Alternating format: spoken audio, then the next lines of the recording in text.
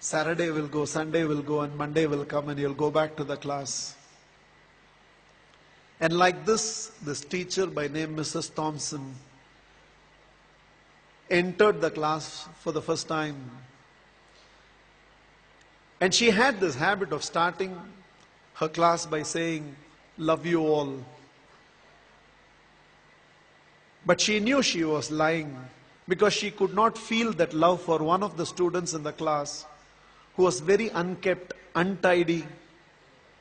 And there was nothing in the child that drew attention from Mrs. Thompson.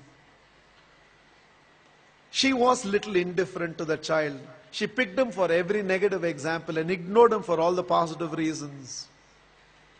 That year, she had written the progress report for the first quarter. And it was a system in the school that the headmasters have to countersign every progress report. The headmasters called for Mrs. Thompson and told Mrs. Thompson, a progress report should report some progress. It should make a parent feel my child has a future. The way you have written the progress report for Teddy, that is how he was called. The way you have written the progress report for Teddy, parents will give up on Teddy. Mrs. Thompson immediately said, there's nothing I can do. I have nothing positive to write about the child. Immediately, the headmasters asked the administrative staff of the school to trace the old year progress reports of Teddy and send it across to Mrs. Thompson's class. Mrs. Thompson saw the third standard progress report. And it was written, the final remarks, Teddy is the brightest child in the class. She was stunned by what she read. She saw the fourth standard progress report, and progressively all the remarks suggested that Teddy's mother was suffering from terminal cancer. She is not able to give the attention she used to give to Teddy, and it's just beginning to show up on the performance of Teddy. The fifth standard progress report read, Teddy had lost his mother and along with that himself. He desperately needs help, otherwise we will lose this child. By then there were tears in the eyes of Mrs. Thompson. She looked at the principal and said, I know what to do. And she went back to the class. Probably it was a Monday morning. She walked into the class and again from the dais of the class, looked at the class and said, love you all. But she knew she was lying. The love she was feeling for Teddy right now was far, far greater than the rest of the class. She decided that she is going to change her approach. For every positive reason, Teddy's name was called. There was no more a negative reference to the whole thing. The last day of the school came. All the children had brought some gifts for the teacher. There was only one gift which was wrapped up in an old newspaper. Somehow, the sense of a teacher, she knew that it must be from Teddy. She opened that first. A half-used perfume bottle and a bracelet from which a few stones had already fallen was there. The whole class laughed, knowing it was from Teddy. But without saying anything, Mrs. Thompson just took that half-used perfume bottle, sprayed it on her, wore that bracelet. With a quarter smile, it seems Teddy told, now you're smelling like my mother. This is the last perfume that she used before she left me. And this is what was removed from her body before she was taken into the coffin.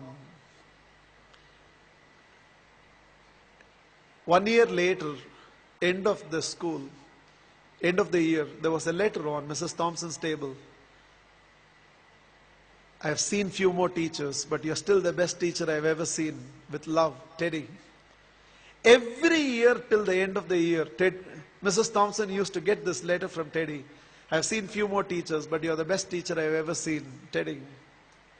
Years rolled by, they lost contact.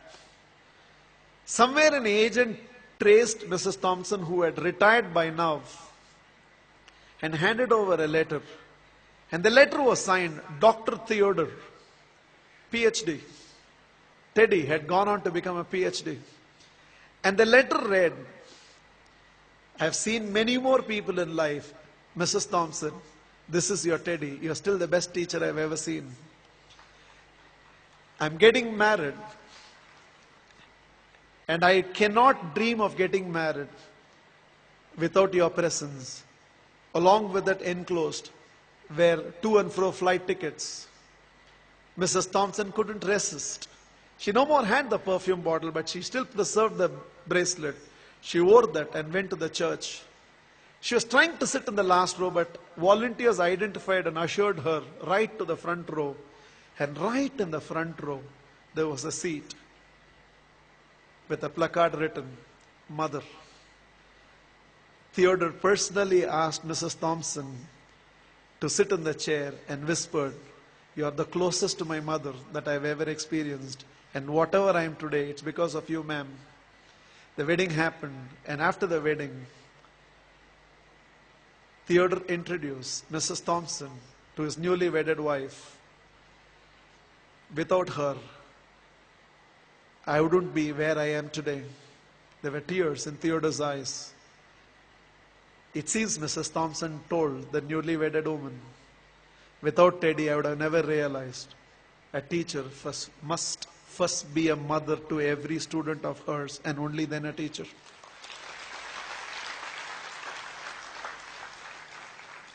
This is just my request to all of you. There is a Teddy sitting in your class. When you go back to your classroom on Monday morning, there is a Teddy in that class, and you can be that Mrs. Thompson. Please, on Monday, don't go back to the institutes as a teacher. Go back as a parent who can also be a teacher and be a turning point in the life of those children. You plus me. I believe we can build a new world.